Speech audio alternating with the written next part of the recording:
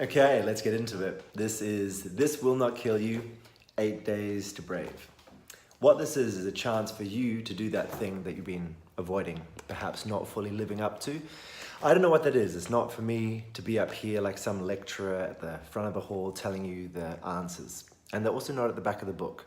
They're inside here. That feeling of violating your own measurement of success, your own measurement of truth, nobility, creativity, whatever it is that you're just simply not doing for some reason, even if there's not like a big chain wrapping you up and stopping you from doing it, it might be insidious, it might be subtle. So if you've not seen it already, I'm gonna chuck this video up in the group as well. It's talking about bravery and how it doesn't have to be crazy, getting naked, howling in a storm, doesn't have to be, doing the taboo things. It could be subtle, it could be stillness, but ultimately it's facing the truth. And you're the only one who knows what your edge is, what your limitation is, and ultimately where you can grow, how you can expand, what new lessons there are in the mystery that's in the unknown because it hasn't been tried yet. That's the amazing thing about doing things. It doesn't have to be academic, it doesn't have to be insanely courageous. You simply go out and you say something that you haven't been allowing yourself to say, revealing some truth. You experience something. It could be covering yourself in frozen yogurt and filleting a carrot. Or it could be just busking on the corner of the street. It might be admitting to yourself a desire you have and not having that shamed, but having that as a curious suggestion of an area that you'd like to go and have an experience in. Often when I'm running open world theatre, these kind of rewilded, authentic experiences, there's so much charge and tension around a particular thing. It could be getting angry.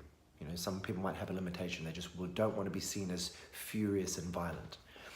And when they finally release the beast, so to speak, they finally just go crazy, that experience only lasts for a few seconds, and they're pretty soon to empty themselves of all that pent-up rage that they thought was going to destroy the world.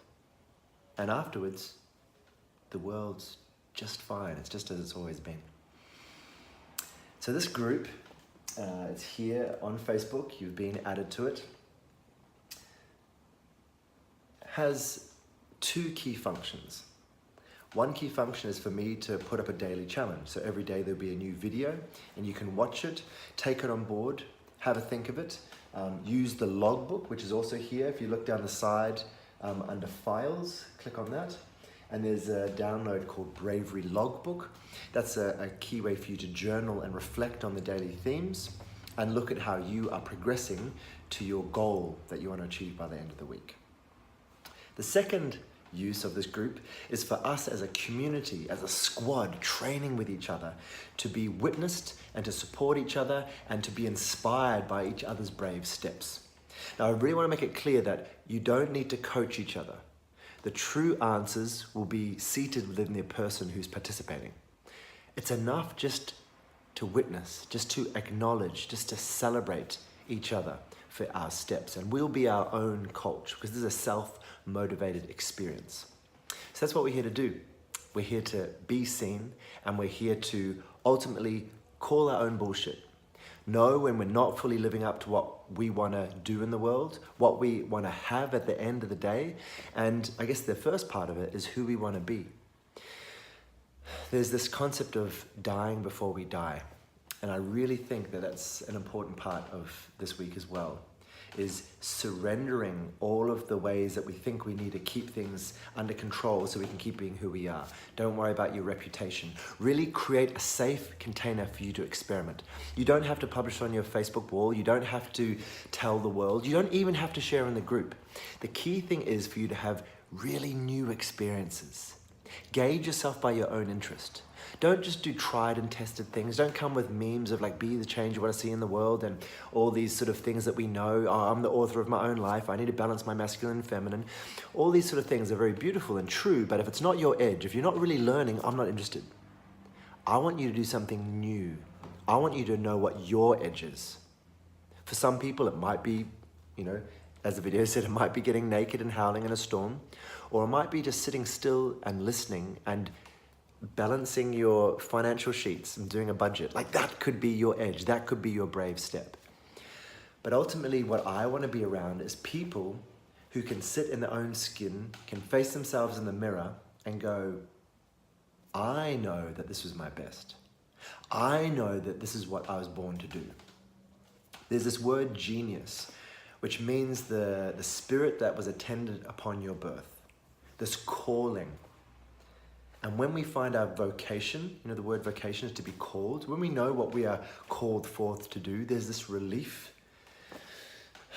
And even if you don't believe in some divine purpose, we are each unusual oddities. We are conglomerates of different characteristics, different tendencies and qualities, different abilities and limitations. And when we learn ourselves, it's so good to know what we're actually good at in the world and what doesn't turn us on. But also, what does turn us on? What gets us juicy? What makes us come to life and really get excited? That is what I want to do, is be around people who are active, who are actually engaged and alive and ultimately living their wild life. That is why nature is so inspiring, because it's not apologetic. It can blossom in full bloom. It can go and rip the throat out of something and eat it. It can just follow its instinct. And yet, I do believe there is some discernment needed between reaction and instinct. If you're going to an open ocean, your reaction might be, oh no, I'm going to get eaten by a shark, and it might shrink away. But maybe there's some instinct in actually being free and merging with the water and surrendering. So really look at our self-policing, whether it's done through fear, whether it's done through the shame of social programming, or if it's truly your own knowing. And if it is your own knowing, don't violate it. Because we're talking about bravery, we're talking about stepping over our limitations or our edge. And I don't want anyone to violate their own concept of consent. So if people in this group, if your squad is cheering you on to do something, don't ever compromise with your own integrity, because ultimately that's what this whole challenge is about.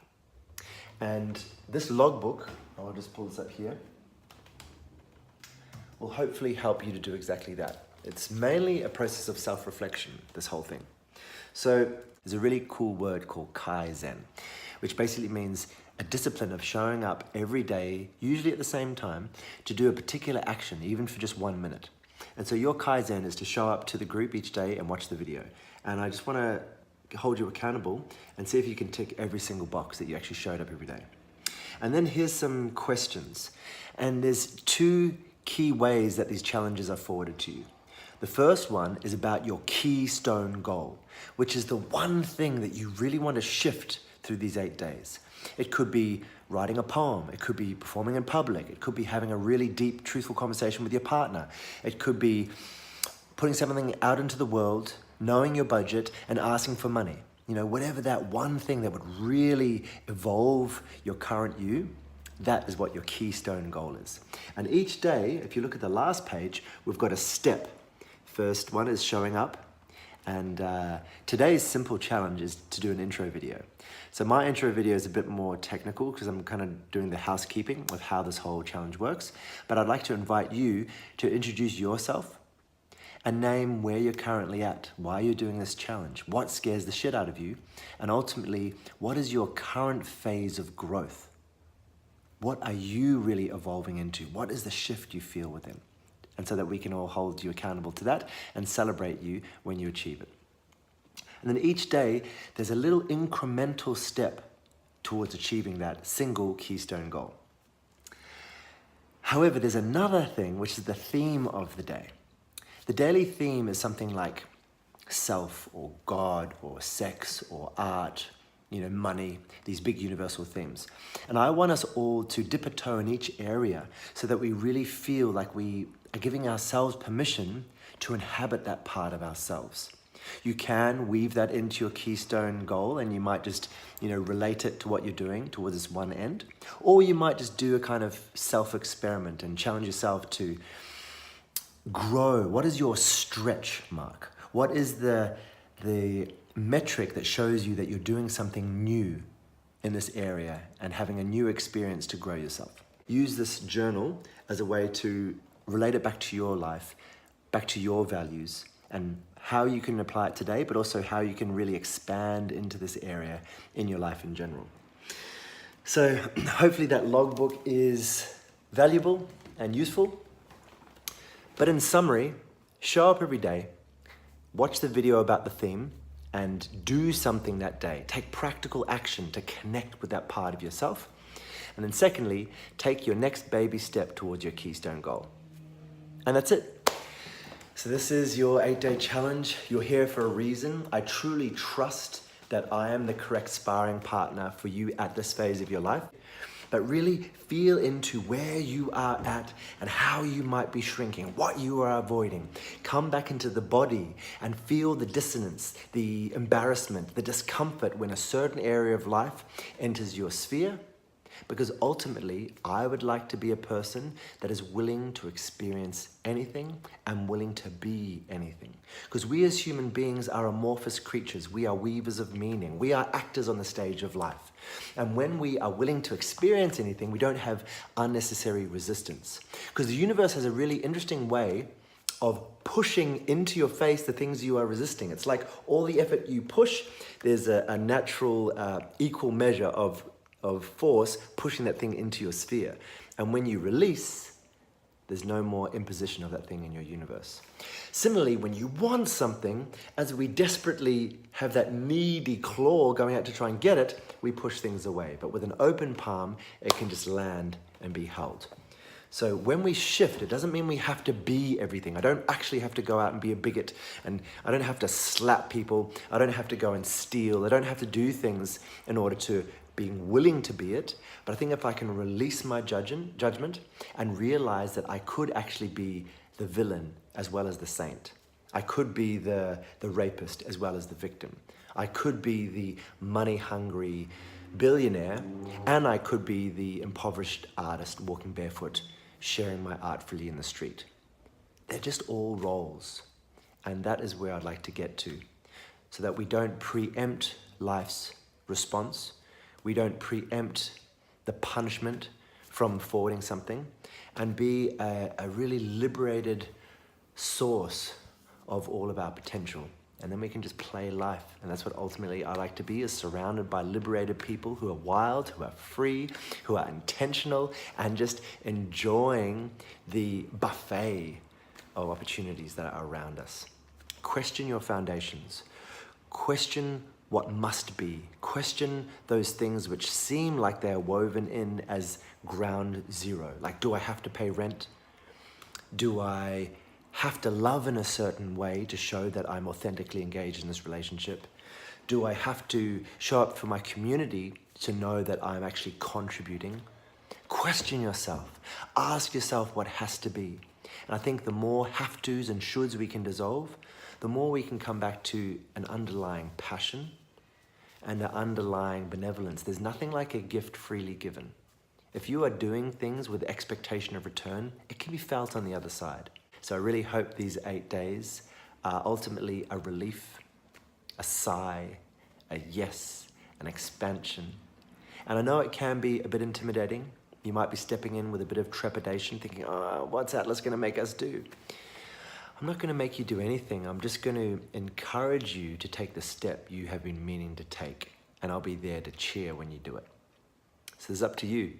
Enjoy these 8 days. Show up every day and make it relevant to you. This is your solo journey, and we're just here to witness each other.